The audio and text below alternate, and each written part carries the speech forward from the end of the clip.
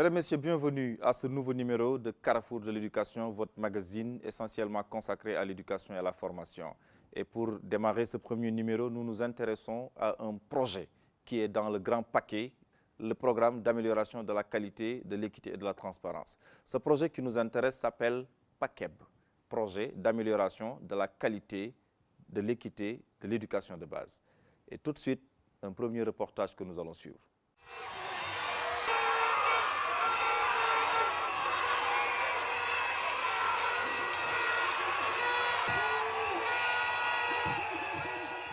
Mon ambition à travers le paquet, harmonieusement intégré au plan Sénégal émergent, est de bâtir pour le Sénégal un système éducatif et de formation aligné sur les objectifs de l'agenda mondial éducation 2030. Des centres régionaux de formation des personnels de l'éducation et des blocs scientifiques et technologiques en chantier. Des écoles élémentaires nouvellement construites et équipées. Toutes les écoles sont réceptionnées et fonctionnelles. Donc, les 37 écoles. Il ne restait donc que le CRFPE et le BST.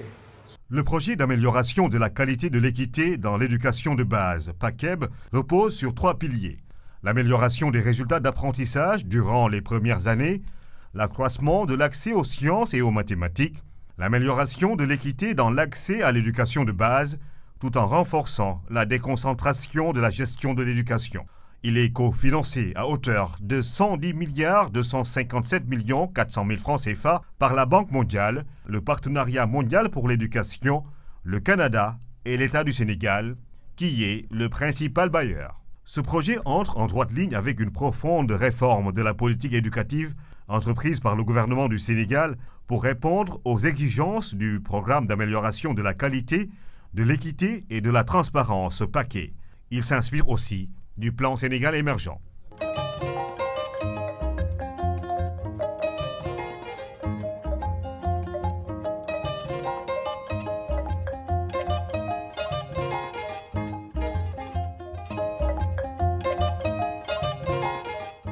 La construction de 200 nouvelles écoles élémentaires complètes est aussi financée. Des établissements construits avec beaucoup de commodités dans le souci de prendre en compte les enfants à besoins éducatifs spéciaux. Les constructions sont achevées depuis longtemps et réceptionnées.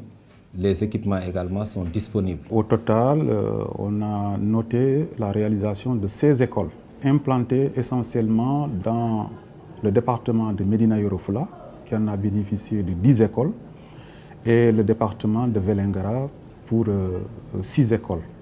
Alors, ce sont des écoles généralement situées vers la frontière avec le pays limitrophe qui est la Gambie.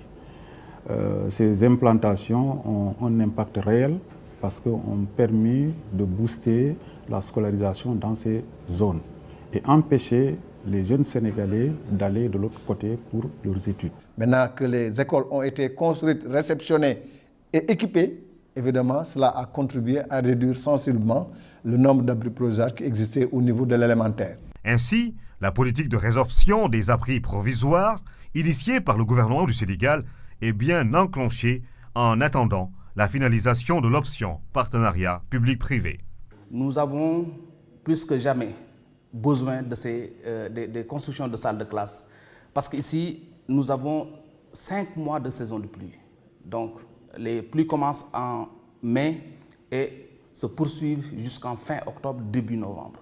Donc, cela veut dire que s'il y a des abris, cela peut compromettre le quantum horaire. Pour faire du Centre régional de formation des personnels de l'éducation une plateforme de formation de référence opérationnelle, le PAKEB a démarré la construction de 4 nouvelles structures. Nous avons ici vraiment une infrastructure qui prévoit beaucoup de choses, parmi lesquelles un auditorium, nous avons également un centre de documentation, nous avons des salles de cours, un terrain multifonctionnel et nous avons également d'autres infrastructures comme le logement d'un gardien et le logement d'un directeur. Donc c'est une infrastructure vraiment de dernière génération. À Kaolack et Louga, les chantiers avancent à pas de géant. Les ouvriers sont à pied d'œuvre. C'est la course contre la montre.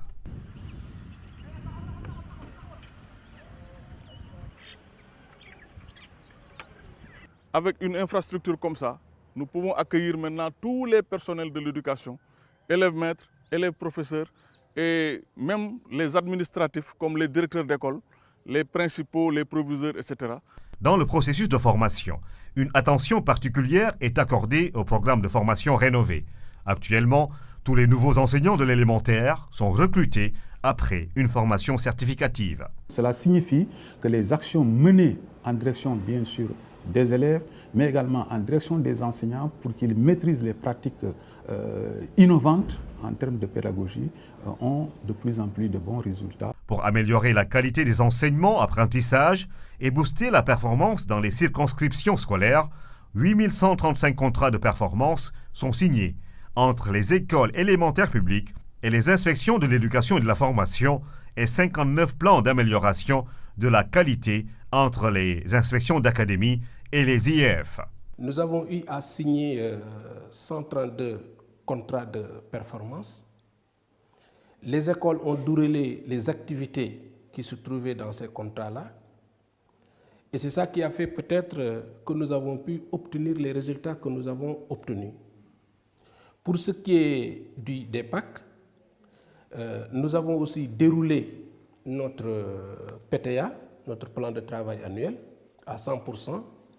Au niveau de l'exécution financière, nous sommes à 99% d'exécution. Dans le cadre du PAC, nous avons eu à faire des formations pour les enseignants du CICP en lecture et en mathématiques. Maintenant, nous avons renforcé ceux-là qui étaient formés en 2014-2015, c'est-à-dire qui tiennent les classes de CE1, CE2. Nous les avons également renforcés l'année dernière, systématiquement, tout le monde, en plus des directeurs qui sont les premiers encadreurs des enseignants. L'année dernière, 262 écoles élémentaires ont bénéficié d'une subvention dans le cadre de la mise en œuvre de ce projet-là. Cette année, le nombre a augmenté d'environ 7 écoles. Nous en sommes à 269 écoles élémentaires qui chacune bénéficie d'une subvention allouée par l'État et ses partenaires au développement. Cette année, c'est vrai, il y a un léger retard, mais quand même, aussi bien au niveau de l'IF, nous avons pu en tout cas dérouler l'essentiel de nos activités, ce qui nous a amené à avoir un taux d'exécution de 95% du point de vue de la réalisation technique et un taux de 97% du point de vue de l'exécution financière. Ça, c'est au niveau PAC. Pour les CAC, c'est aussi la même évolution. Parce que nous avons, pour aussi bien l'exécution technique que financière, nous sommes au-delà de 90%.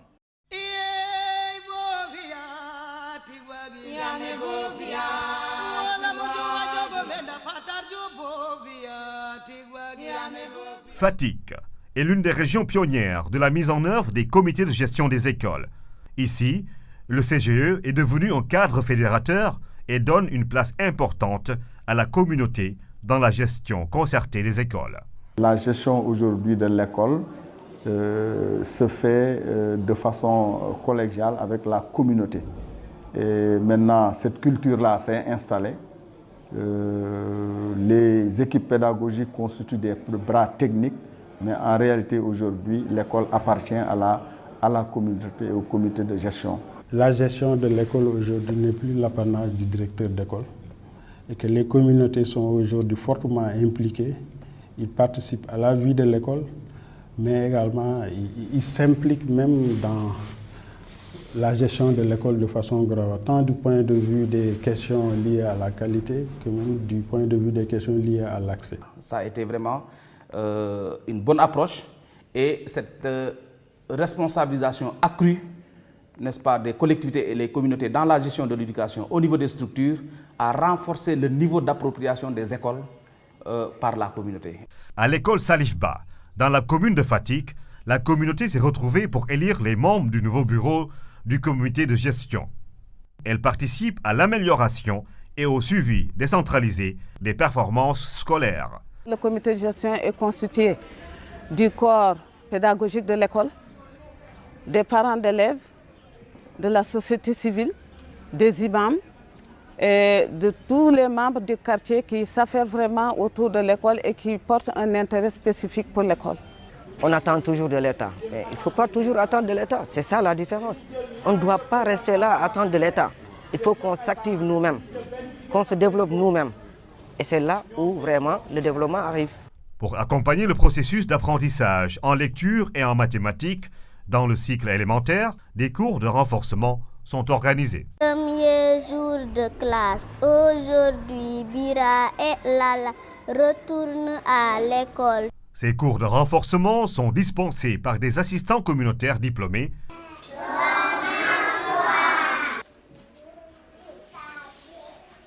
Cet homme, Cheikh Dansokho, en fait partie. Il intervient dans son ancienne école. J'ai l'amour envers cela. J'aime enseigner parce que je dis que j'ai un savoir, j'aime partager mon savoir. Parce que quand on a un savoir et qu'on garde comme, je ne sais pas, secret, ça n'a pas de sens, quoi.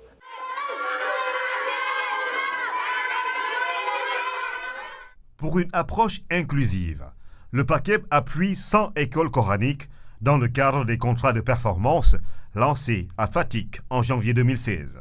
Il s'agissait pour ces daara d'accepter de recevoir le financement de l'État, mais en contrepartie d'accepter d'ouvrir l'école pour l'enseignement en lecture et en mathématiques, mais également un suivi nutritionnel pour les enfants, en assurant naturellement la restauration avec la cantine scolaire. gis naa ñu bëri ñoo xam ne sax wax dëgg yàlla seen doom dañ koy yóbboon jardin d'enfants mais dañ ko daal di génne indi ko fii bëgg mu continuer bi jàpp naa ne daal nit ñi bëgg nañ ko ndax wax dëgg yàlla man samay ndongo day yokk ñi may indil day yokk.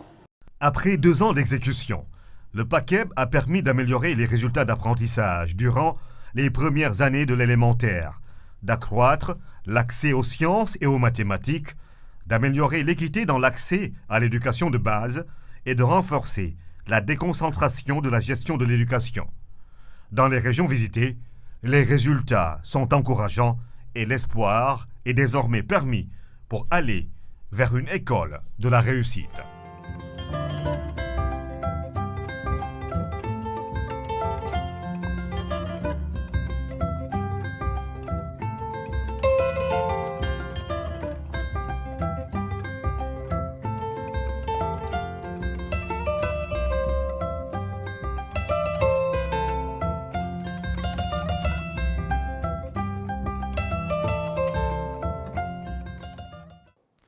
Merci aux équipes de la division radio-télévision scolaire d'RTS. Alors, pour parler de ce grand projet, comme on l'a dit, depuis plusieurs années, le Sénégal est en train de faire des réformes dans son système éducatif. En 2012, le paquet a été lancé et sur ce paquet, tout à l'heure, nous l'avons dit, il y a un projet qui nous intéresse, il s'agit du PAKEB. Et pour en parler dans plus de détails, je vais recevoir M. Kassé Diagne qui coordonne ce projet. M. Diagne, bonsoir. Bonsoir, M. Tian. Monsieur le coordonnateur, merci d'avoir accepté notre invitation. Et je pense qu'on l'a dit tout à l'heure, depuis 2012, l'État du Sénégal est en train de mettre en œuvre un programme qu'on appelle PAKEB, Programme d'amélioration de la qualité, de l'équité et de la transparence. Alors, nous parlerons de ce paquet, mais également ce qui nous intéresse le plus, c'est le PAKEB. Ce PAKEB qui est aujourd'hui un instrument d'opérationnalisation du paquet. Alors, est-ce que nous pouvons rapidement parler de ces principaux axes d'intervention? Merci, M. Tian.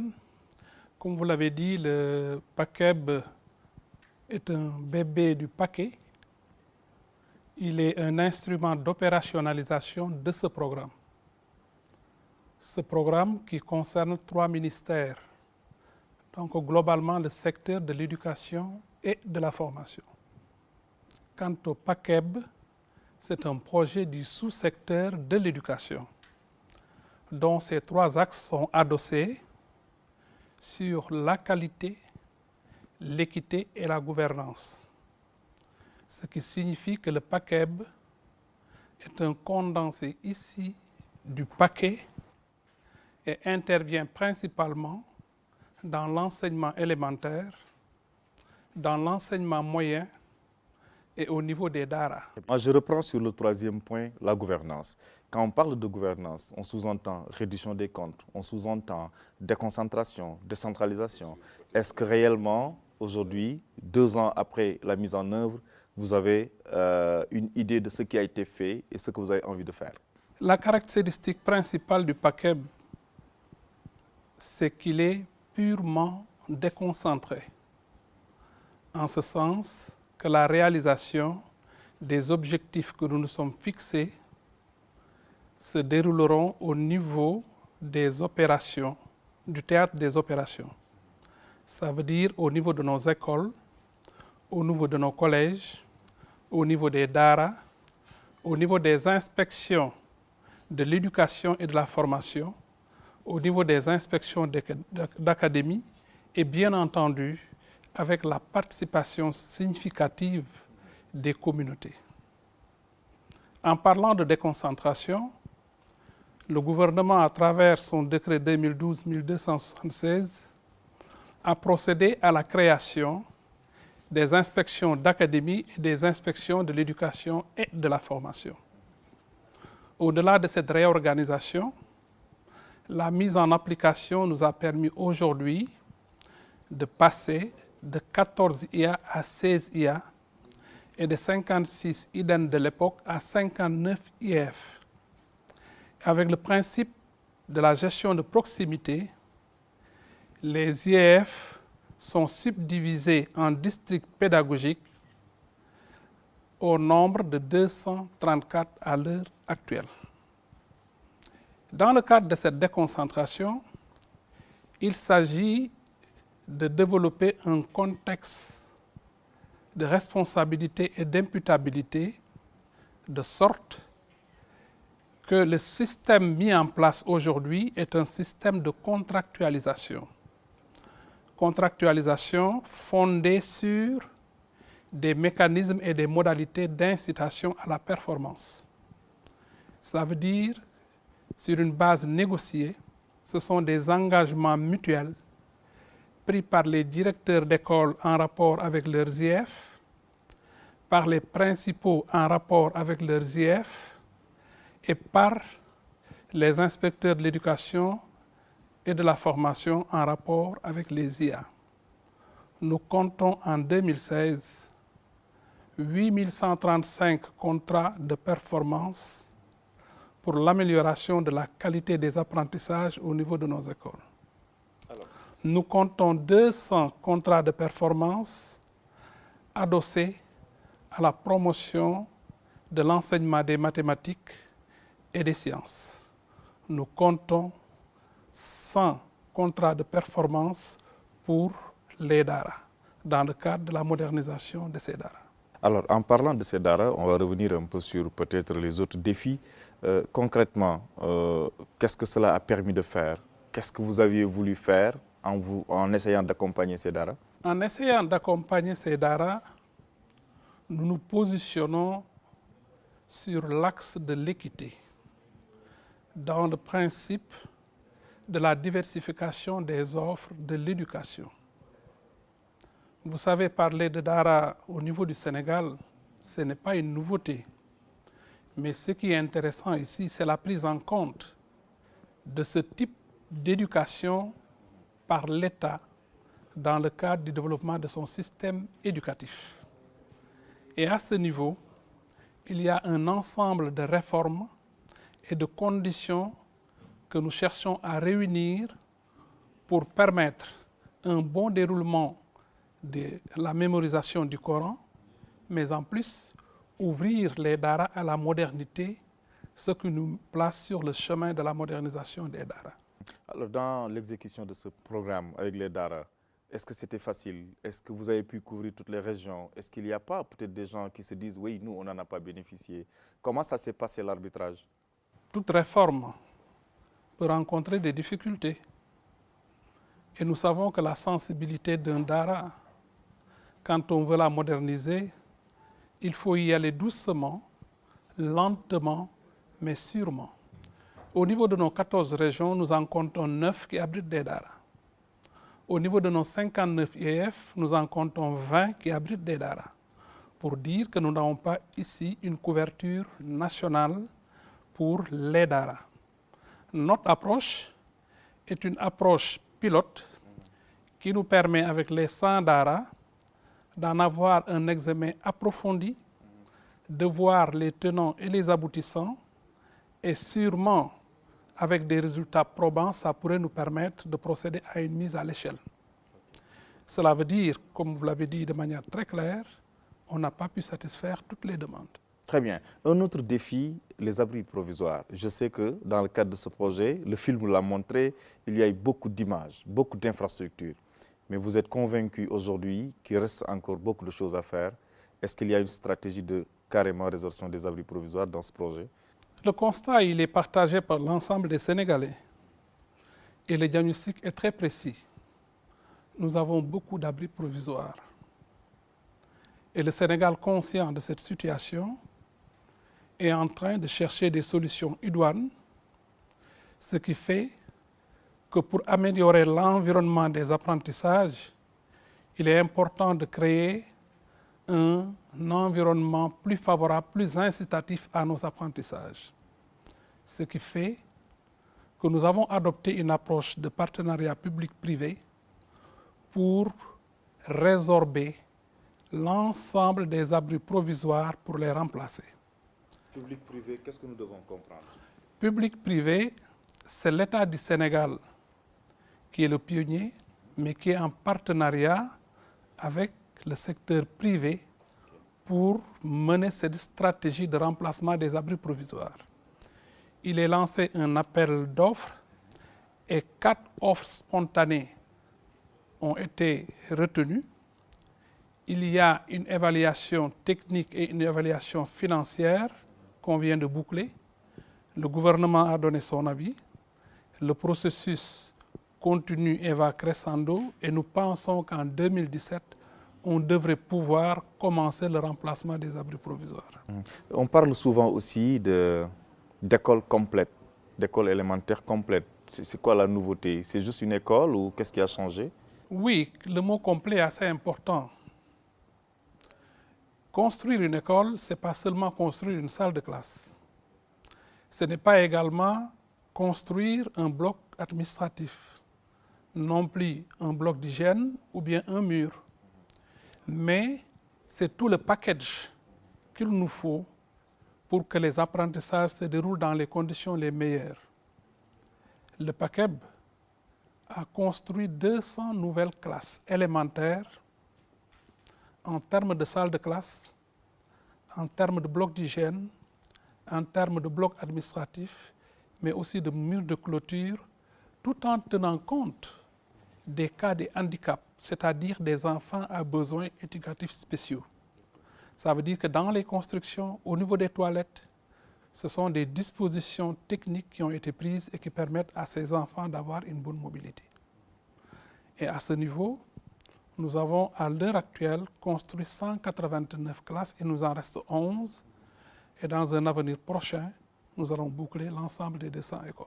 Alors, est-ce que toutes les régions bénéficient de ce projet? Sinon, quelles sont les régions que vous avez ciblées, les critères de sélection? Vous savez, en parlant d'équité, il faut tenir compte des disparités. Et il est important de les corriger. Le Sénégal, dans une étude très précise, s'est rendu compte que nous avons principalement 5 régions en retard de scolarisation comparativement au taux brut de scolarisation. Et ainsi, 5 régions sont privilégiées à ce niveau. Mais au-delà de ces 5 régions qui sont la région de Kaolack, la région de Tamba, la région de Matam, la région de Diourbel et la région de Kaffrine, il y a des départements qui sont dans cette situation et qui appellent véritablement cette nécessité de construction de ces classes. Nous les avons répartis au niveau de ces régions ou bien au niveau de ces départements pour booster la scolarisation, parce que c'est de nouvelles créations. Alors, j'ai aussi compris que tout ce que vous êtes en train de faire est bien. Et j'imagine que vous avez mis en place des stratégies pour mobiliser la communauté autour de cet espace scolaire. Parce que je me dis qu'il faut quand même l'avoir, cette communauté autour de l'école. Merci si vous nous dites que ce que nous faisons, c'est bien. Mais n'empêche que nous allons redoubler d'efforts encore pour avoir un très bien. Et mobiliser la communauté, est un choix stratégique de la lettre de politique générale de l'éducation sur laquelle est adossé le programme PAKEB et pour lequel contribue le PAKEB. Une maison sans enfants, une riche sans abeilles, une école autour de laquelle il n'y a pas la communauté n'est que l'école des institutionnels, ça veut dire d'une administration scolaire avec ses enseignants. Quand les populations acceptent d'envoyer à l'école ce qu'elles ont de plus cher que sont nos enfants, je pense que ces parents, ces communautés ont leur place à l'école. Et l'option du gouvernement aujourd'hui, c'est de développer une gestion concertée, une gestion solidaire où toutes les familles d'acteurs sont des parties prenantes dans la gestion et la gouvernance de notre système éducatif. Et c'est ça qui explique que nous voulons une école de la communauté, une école au service de la communauté, pour la communauté, et une école qui se développe avec l'action de la communauté, donc par la communauté. Ça veut dire que la communauté a une place prépondérante dans nos réformes et cela justifie au niveau de nos contrats de performance que c'est à la fois l'équipe pédagogique et les communautés qui gèrent les plans de travail annuels pour le développement des performances souhaitées chaque année au niveau de nos établissements. Et c'est ça qui est à la base de la naissance des comités de gestion. C'est vrai que la communauté a toujours été à l'école, mais on a comme l'impression que les gens sont plus organisés ou alors ils s'intéressent davantage. C'est des cadres formalisés, parce qu'il y a un décret à ce niveau. Ah oui.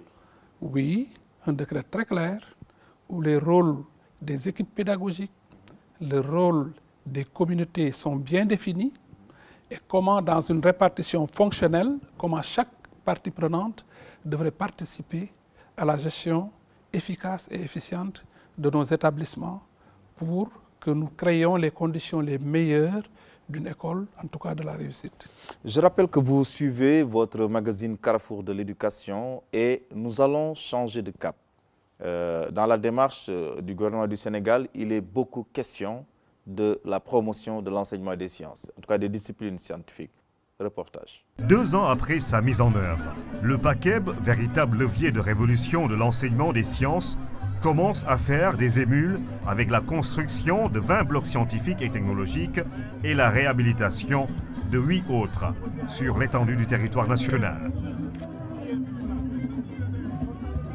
Nous vous remercions de nous avoir construit un si beau joyau avec un équipement très moderne. En effet, le BCE est une opportunité pour nous, les élèves de Kaffrine, de prétendre être demain ingénieurs, médecins, techniciens supérieurs pour relever le défi du développement de notre cher Sénégal. De 1981 en 2012, 81 années où nous avons commencé à construire des blocs scientifiques et technologiques.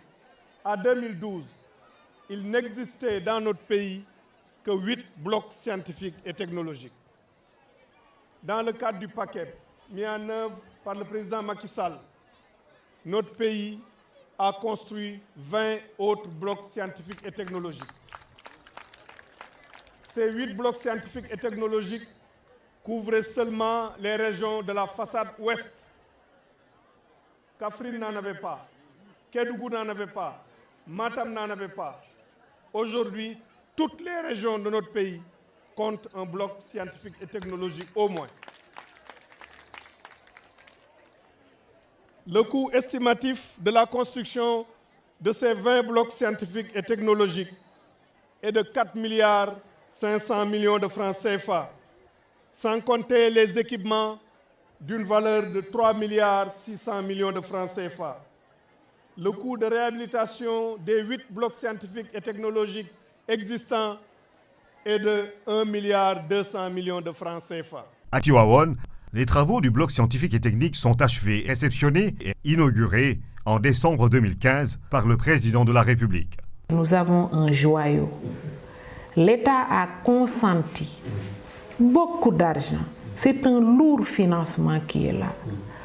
C'est du matériel de haute facture qui est là. Et ce matériel doit être sécurisé. Nous avons négocié avec les principaux pour avoir 900 000 francs que nous avons mis entre les mains de la directrice du bloc scientifique et technique pour qu'avec cet argent-là, qu'elle puisse recruter le personnel de surface. On voit que les élèves sont très motivés parce que dans le passé, les professeurs étaient obligés de faire des cours théoriques. Pourquoi? Parce que rares sont les collèges qui disposent de matériel, de laboratoire. Raison pour laquelle ils sont vraiment très motivés. Le BST est différent de notre école, de notre établissement d'origine, parce qu'ici, on nous aide à mieux comprendre les leçons grâce aux expériences que nous faisons. On a assez de matériel. Ce qu'il faut un peu signaler, c'est au côté de l'électronique. On a quelques matériels que nous demandons vraiment qu'ils soient renforcés.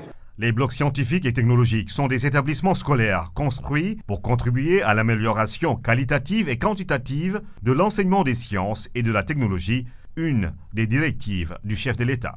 Nous, élèves, nous avons été les principaux acteurs des cours de renforcement et de remédiation organisés par le projet. Nous avons également organisé des journées scientifiques marquées par beaucoup d'activités, comme les conférences et les concours d'expérience où les élèves ont reçu des prix. Depuis l'avènement du PACEB, les résultats sont nettement améliorés et le taux de fréquentation des séries scientifiques a augmenté, passant de 29,4% en 2015 à 34,9% en 2016. Aujourd'hui, pratiquement dans tous les niveaux, aussi bien en mathématiques qu'en sciences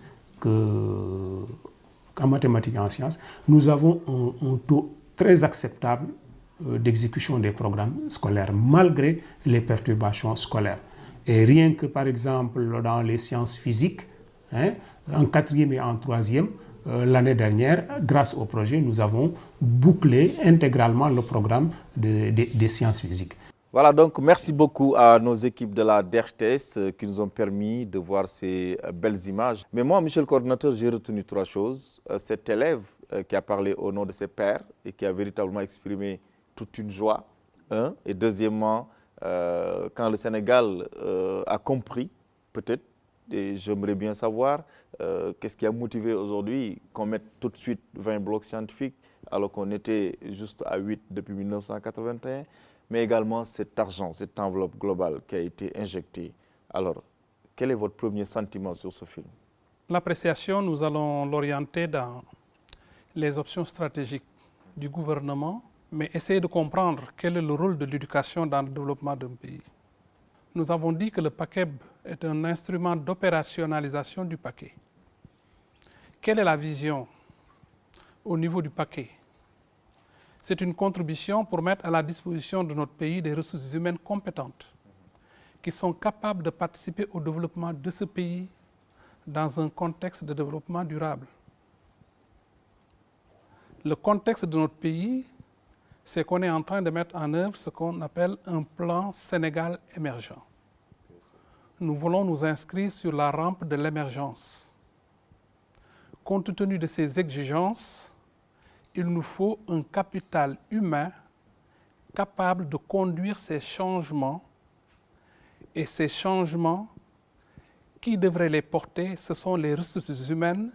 Et qui devrait contribuer à former ces ressources humaines, c'est bien l'école. Si nous analysons également l'architecture de notre système éducatif, surtout dans le secondaire et au niveau du supérieur, notre pays forme plus de littéraires que de scientifiques. Et il est important qu'il y ait un changement de paradigme qui devrait nous amener à développer davantage les mathématiques et les sciences et la technologie pour positionner notre pays dans l'ère de l'émergence.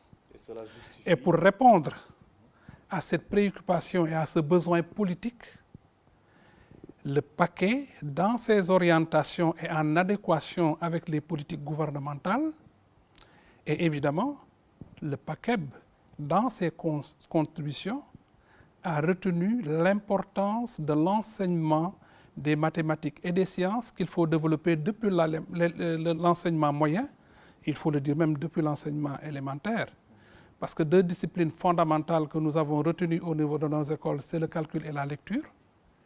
Nous continuons au niveau de l'élémentaire avec les réformes dont vous avez parlé tout à fait au début de l'émission. Il s'agit ici de la promotion de l'enseignement des mathématiques et des sciences, mais aussi assurer la transition en seconde scientifique de l'enseignement moyen vers l'enseignement scientifique. Si nous analysons, le projet veut une contribution de 50% de nos enfants pour les amener vers les séries scientifiques. Et j'allais en revenir parce qu'au-delà du hard, les constructions et les équipements, il y a également aussi une initiative qui est prise au niveau de certains collèges sous forme de projet. Est-ce que vous pouvez nous en parler? Oui, comme je vous ai dit, la contractualisation ici est une modalité. C'est un outil de pilotage de la qualité. Donc, tout le développement de notre système est fondé ici sur un système de contractualisation. Et nous avons des plans d'établissement qui sont adossés à la promotion de l'enseignement des mathématiques et des sciences. Donc, la subvention qui est donnée à ces écoles, pour les 100, nous avons 500 millions que nous mettons à leur disposition, en plus des équipements dont la fille parle. À la disposition de toutes les écoles du Sénégal, des collèges ou des tests? 100, je dis bien 100 établissements. Nous ne sommes pas encore à une mise à l'échelle. Je vous l'ai dit au niveau des DARA, c'est la même approche que nous avons au niveau de l'enseignement moyen.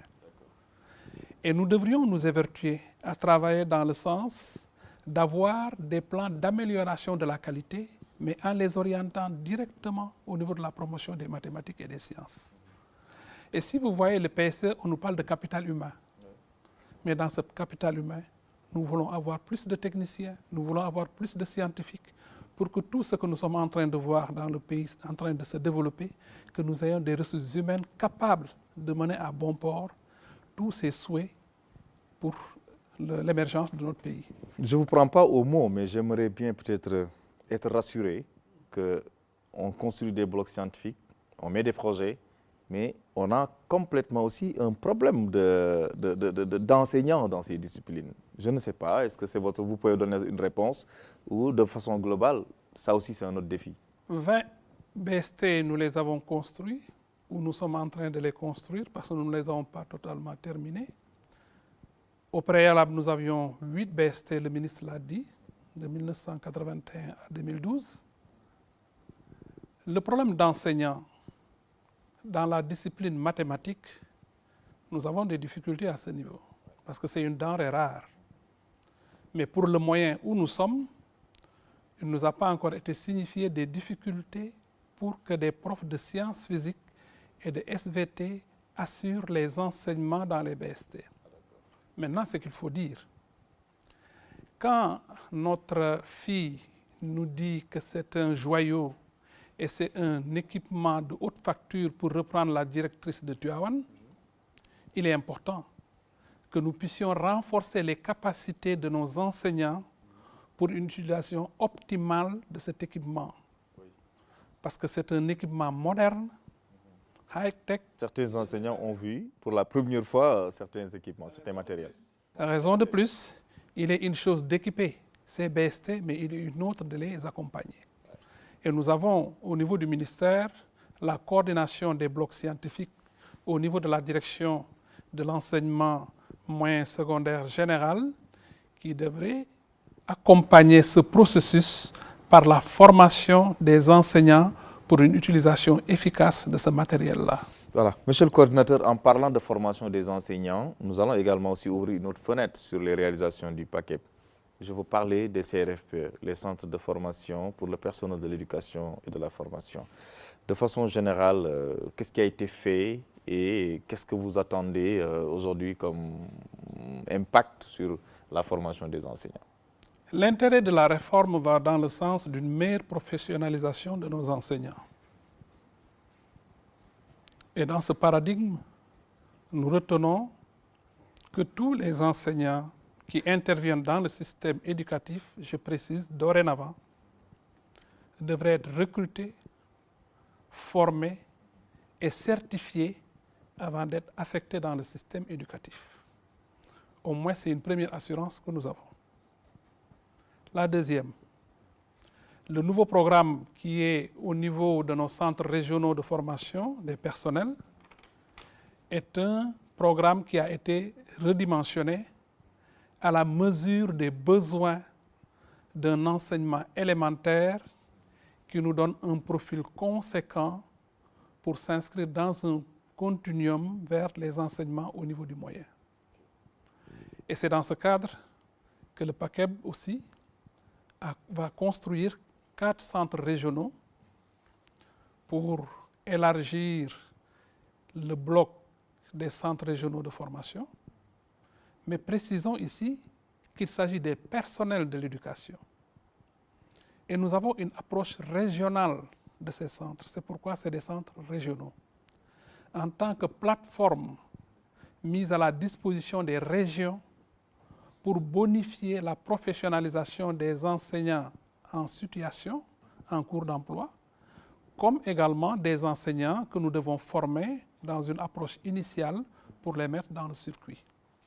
Ça veut dire que ces enseignants qui sont en cours d'emploi devraient bénéficier de formations continues pour pouvoir répondre davantage aux exigences de qualité pour que nous puissions développer également davantage le niveau de nos enfants qui était un peu à la baisse.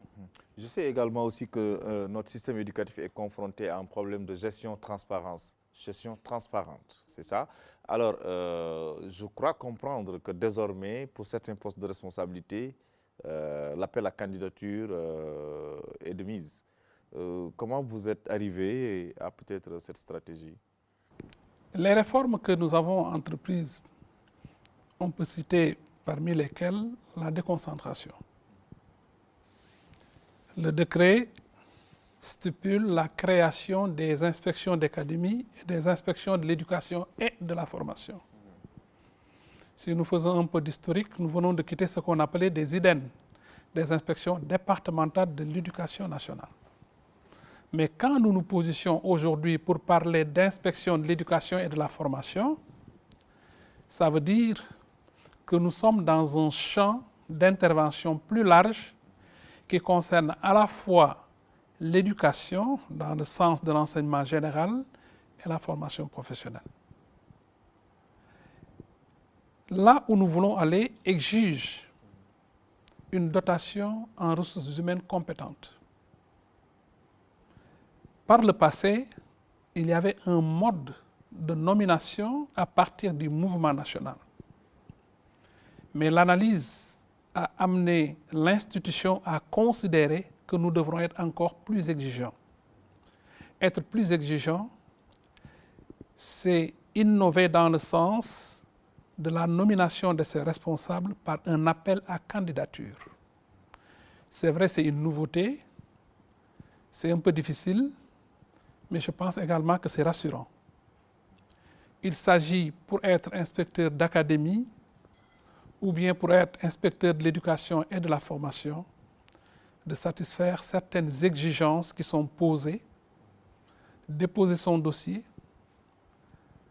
Sur la base d'une présélection, il y a un entretien au cours duquel il faut défendre ce qu'on appelle un projet professionnel. Moi, futur inspecteur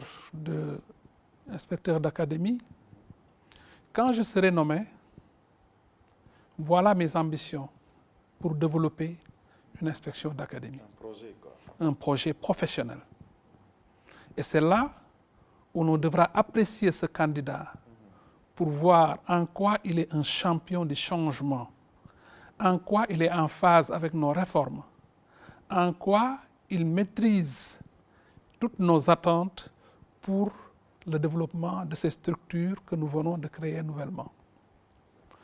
À l'heure où nous parlons, plus de 60% de nos inspecteurs d'académie comme de nos inspecteurs de l'éducation et de la formation sont nommés sur la base de cette sélection. Et le principe de base, aucune nomination, c'est le constat, n'est faite en dehors de cette sélection. Et quand vous parlez de transparence, je pense que nous y sommes.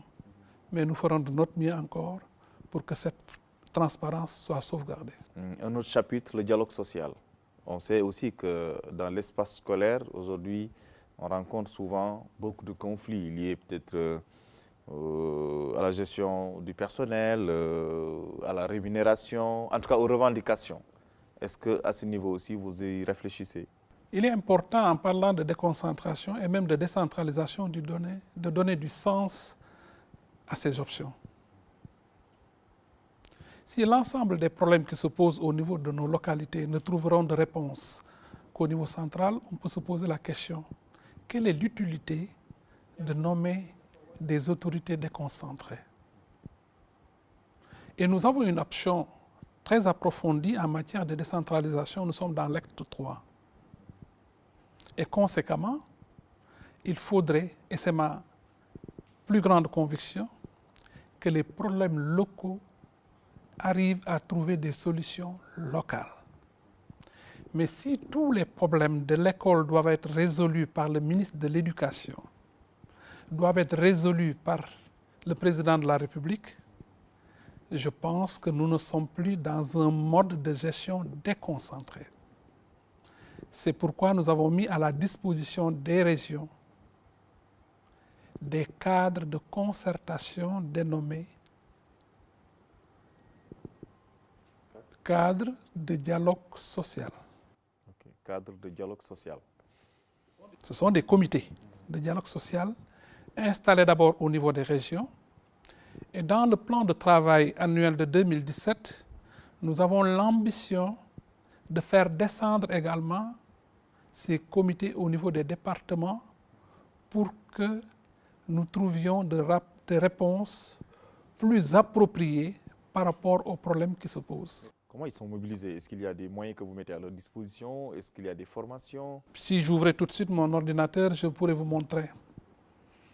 Nous avons décidé cette année de faire un renforcement des capacités des acteurs qui y interviennent. Okay.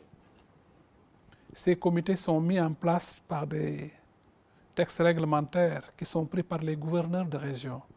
Ça veut dire que le cadre est un cadre qui est là, bien accepté, et les inspecteurs d'académie ne se sont pas levés un beau matin pour choisir des individus. Mais c'est au niveau des catégories d'acteurs que nous avons ces comités de dialogue social.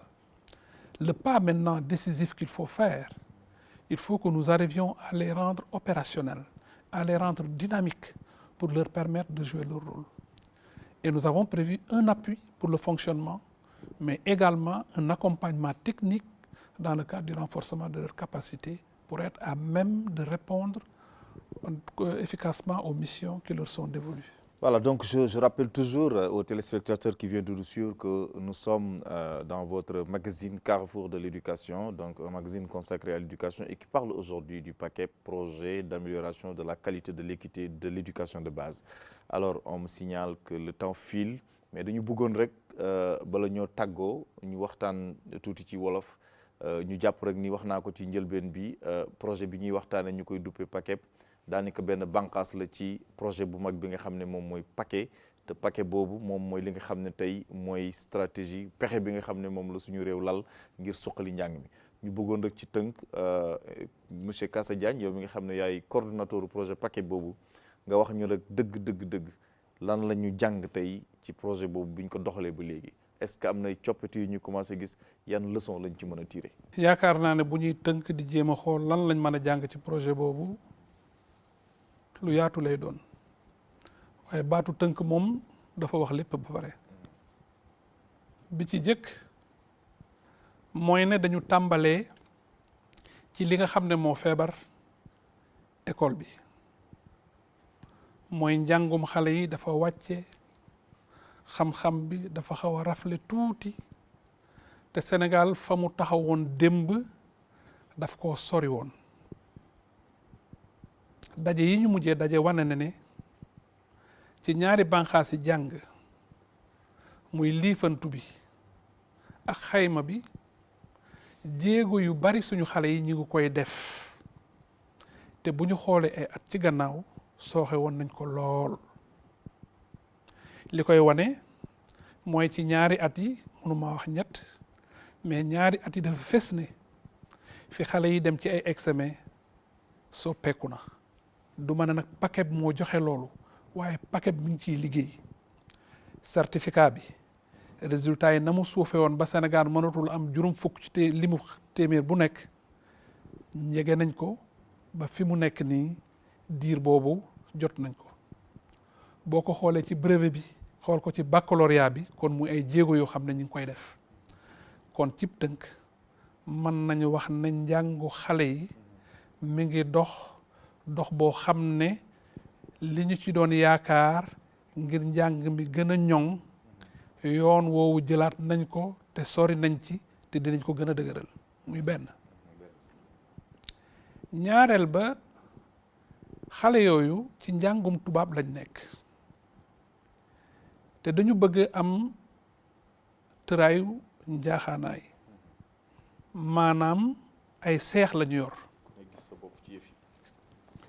bu waajur bi ne man mën naa yóbbu sama doom mu jàng ci daaray tubaab beneen ne man sama doom dama bëgg ñu jàngal ko diineem ba pare lépp luy jiitu na ci jiitu te loolu rek man moo ma ñor ñaari doom yooyu xàjj ak seen munu cee nekk dañ leen war a jàpp ne ñoom ñaar benn lañ ci ñun te loolu paquet mi ngi ciy dox te jël na téeméeri daara yoo xam ne ci ñetti at yi ñu toll ci 2017 at mu jot ñu jël lu ñuy teg seen loxo ñu signé ak ñun contrat ñu gën a dëgëral njàngu xale yi ci arxuraan ji waaye tamit ñu ubbi leen ci njàngum tubaab ci liifanti bee ma waxoon ak xayma bee nga xam ne seeni ñooñ dañ koy def defe naa muy ñaar ñett ñu ne njàngum xarale ak xayma bi nga xam ne moo gën a kawe Sénégal li mu jàngale bari na lool waaye defe naa ne yor xam-xamu téere moo ëpp lool njàngum xarala moom ñu ne kon ci àddina bii ñu nekk ci Afrique gii ñu nekk te ñun mënuñoo toog rek ne duñu ànd ak jamono nañu jëlaat sunum njàng gën koo làbbali ba li ëpp sunuy doom ñu nekk ñu xarale ci li jëm ci mathématique ak science ba tax na lii ñuy wax ci mbiru gouvernement naan dañoo bëgg Sénégal émergent xale yooyu nekk jiñ yi nga xam ne ñoo koy yenu mën a xëcc réew mi mu jëm ci loolu ànd ak àddina bi ñu ne loolu pour mu nekk juróom fukk yu nekk lañ ci bëgg ci xale yi jëm ci njàng moomu ci téeméeru lim bu nekk loolu nag nekkoon nañ ci ñaar fukk ak ñeent at male passé daaw mën nañ wax ne dem nañ ba fanweer ak lu topp jéego yooyu bu ñu ko toppee yaakaar naa ne sunu mébét mën nañ koo mottali. donc mbokk yi ñoo ko déggandoo loolu mooy li nga xam ne rek moom la ñuy jot a jàngat ci projet bi ñu fàttali rek ni lii émission bu njëkk la dinañ dellu si ci yeneen émission chers téléspectateurs donc c'était tout pour ce numéro de Carrefour de l'éducation nous vous donnons rendez-vous prochainement au revoir.